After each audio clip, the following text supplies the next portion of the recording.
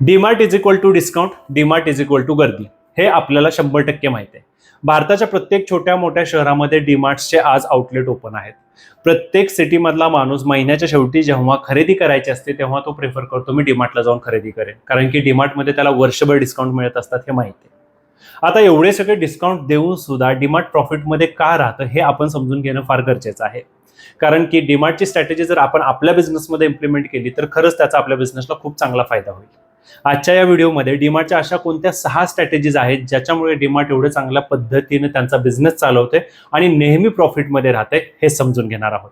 नमस्कार, मी अरुण पाटील. थॉटफुल गुल्लक चॅनलवरती आपण बिझनेसचे प्रॅक्टिकल थॉट समजून घेतो, ज्या कंप्लीट ग्राउंड रियालिटी आहेत. तर चला सुरुवात करूया आजच्या व्हिडिओला.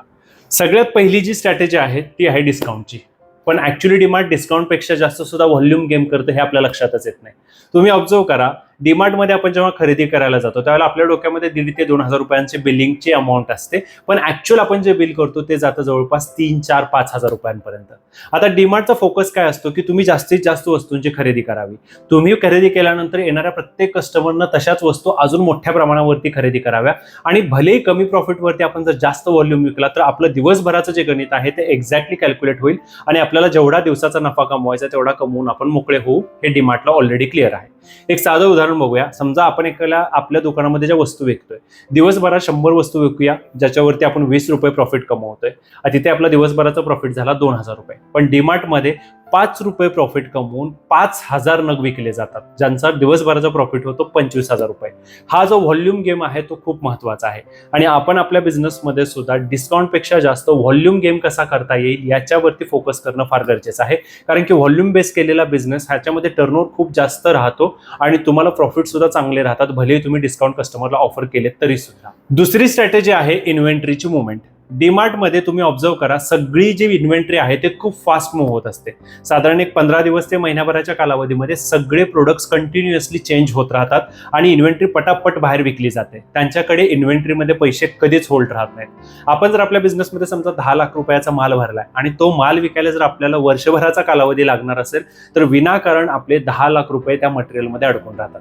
त्याच्यामुळे आपली इन्व्हेंटरी किती फास्ट मूव्ह करता येईल हे आपल्यासाठी सगळ्यात पहिलं महत्वाचं गणित ठरतं जर बिझनेस व्यवस्थित चालवायचं असेल तर.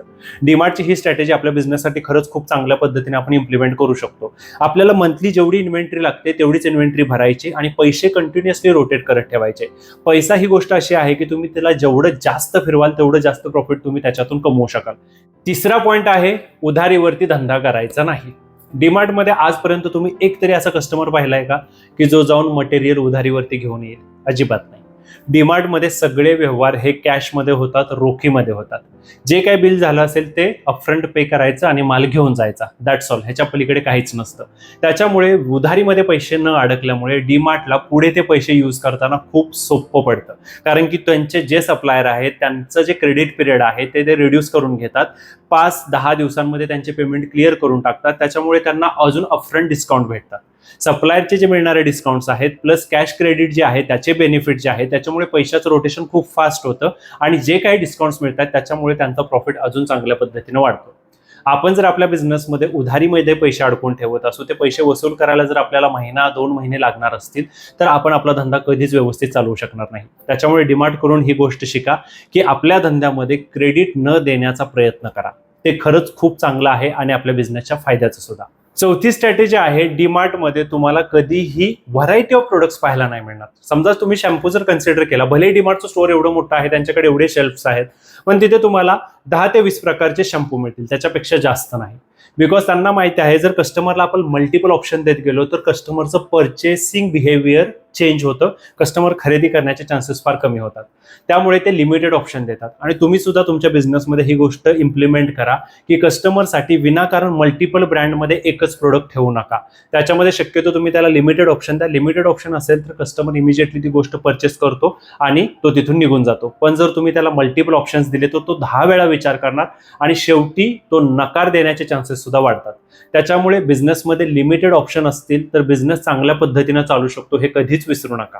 5वा जो पॉइंट आहे तो आहे डीमार्टच्या इंटेरियर स्ट्रॅटेजी विषयीचा. इंटेरियर म्हणजे काय? तुम्ही डीमार्टच्या कुठल्याही आउटलेटला जा, तुम्हाला सगळीकडचे आउटलेट एकतर पहिली गोष्ट सेमच दिसतात. दुसरी गोष्ट आतमधलं जे इंटेरियर आहे ते खूप फॅन्सी आहे, तिथे खूप जास्त इन्व्हेस्टमेंट केली अशातला भाग बिलकुल नाहीये. अगदी सिंपल लाईट्स असतात, ट्यूबलाईट्स असतात, त्याच्यानंतर साधे मेटलचे रॅक असतात आणि फक्त कस्टमरला येण्या जाण्यासाठीचा जो पॅसेज आहे तो व्यवस्थित असतो आणि सगळीकडे डिस्प्ले व्यवस्थित मांडलेला असतो. That's all. ह्याच्या पलीकडे कुठल्याही प्रकारचं फॅन्सी इन्व्हेस्टमेंट त्यांनी इंटेरियरमध्ये अजिबात केलेलं नाहीये. तुमच्या स्टोअरमध्ये सुद्धा ही गोष्ट तुम्ही इम्प्लिमेंट करा की जेव्हा तुम्हाला नवीन स्टोअर चालू करायचं आहे त्यावेळेला जे काही बजेट असेल त्यातलं लिमिटेड बजेटच इंटेरियरसाठी वापरा, कारण की इंटेरियरसाठी वापरलेले पैसे हे तिथं डेड इन्व्हेस्टमेंट म्हणूनच राहतात आणि त्याच्यातून तुम्हाला आउटपुट मिळण्याचे चान्सेस फार कमी असतात. बिझनेसमध्ये पैसे कुठे लावायचं हे डिमांड करून शिकायचं या स्ट्रॅटेजीमध्ये. आणि सहावा आणि सगळ्यात महत्त्वाचा मुद्दा जो आहे तो आहे लोकांच्या मॅनेजमेंट विषयीचा. डीमार्टमध्ये तुम्ही गेल्यानंतर पाहिलं असेल की प्रत्येक महिन्याला कामगार बदलत असतात, पण डीमार्ट कधी बंद झालंय का? अजिबात नाही. कारण की डीमार्टची स्वतःची सिस्टीम एवढी स्ट्रॉंग आहे, त्यांच्या SOPs, त्यांचं बिलिंग काउंटर, त्यांची इन्व्हेंटरी मॅनेजमेंट सिस्टीम, प्रत्येक गोष्ट एवढी चांगल्या पद्धतीने ऑपरेट केली जाते की त्यांना माणूस जरी बदलला तरी त्यांची सिस्टीम कधी बंद पडत नाही. त्याच्यामुळे तुम्ही सुद्धा तुमच्या बिझनेसमध्ये लोकांवरती बिझनेस डिपेंड ठेवू नका. तुमच्या बिझनेसमध्ये एक प्रॉपर सिस्टीम बसवा आणि सिस्टमॅटिक वेने केलेला बिझनेस हा नेहमी सक्सेसफुल होतो, मोठा होतो, हे कधीच विसरू नका. या व्हिडिओमधून तुम्ही जे 6 मुद्दे शिकला ते परत एकदा लक्षात घ्या. आपण बिझनेस भले डिस्काउंट वरती करू पण तिथे व्हॉल्यूम गेम हा असलाच पाहिजे. दुसरी गोष्ट, इन्व्हेंटरी जी आहे तिची मुवमेंट ही फास्ट झालीच पाहिजे. तिसरी महत्वाची गोष्ट, उधारीवरती धंदा अजिबात करायचा नाही. चौथी जी गोष्ट आहे ज्याच्यामध्ये कस्टमरला तुम्ही लिमिटेड ऑप्शन द्या. पाचवी गोष्ट, आपल्या बिझनेसमध्ये इंटेरियरवरती विनाकारण जास्त खर्च करू नका. आणि सहावी जी गोष्ट आहे ती बिझनेसमध्ये नेहमी एक चांगली सिस्टीम तयार करा. लोकांच्या जीवावरती धंदा करण्याचा प्रयत्न अजिबात करू नका. मित्रांनो, बिझनेस चालू करत असताना आपल्याला अगदी डीमार्ट सारखा मोठा सेटअप लावायचा आहे अशी गरज बिलकुल नाहीये. परंतु डीमार्टचे जे छोटे छोटे लर्निंग्स आहेत ते जर आपण आपल्या बिझनेसमध्ये इम्प्लिमेंट केले तर खरंच आपला बिझनेस एक दिवस डीमार्टपेक्षा सुद्धा मोठा होऊ शकतो, हे कधीच विसरू नका. ओव्हरऑल डीमार्टच्या या 6 स्ट्रॅटेजीज विषयी तुम्हाला काय वाटतं कमेंट बॉक्समध्ये नक्की सांगा. आणि अजून आपल्या चॅनलला तुम्ही सबस्क्राईब केलं नसेल तर बिझनेसच्या प्रॅक्टिकल थॉट्ससाठी आपल्या चॅनलला नक्की सबस्क्राईब करा. लवकरच भेटूया अशा अजून एका प्रॅक्टिकल व्हिडिओसह. तोपर्यंत स्वतःची आणि स्वतःच्या धंद्याची काळजी घ्या. धन्यवाद.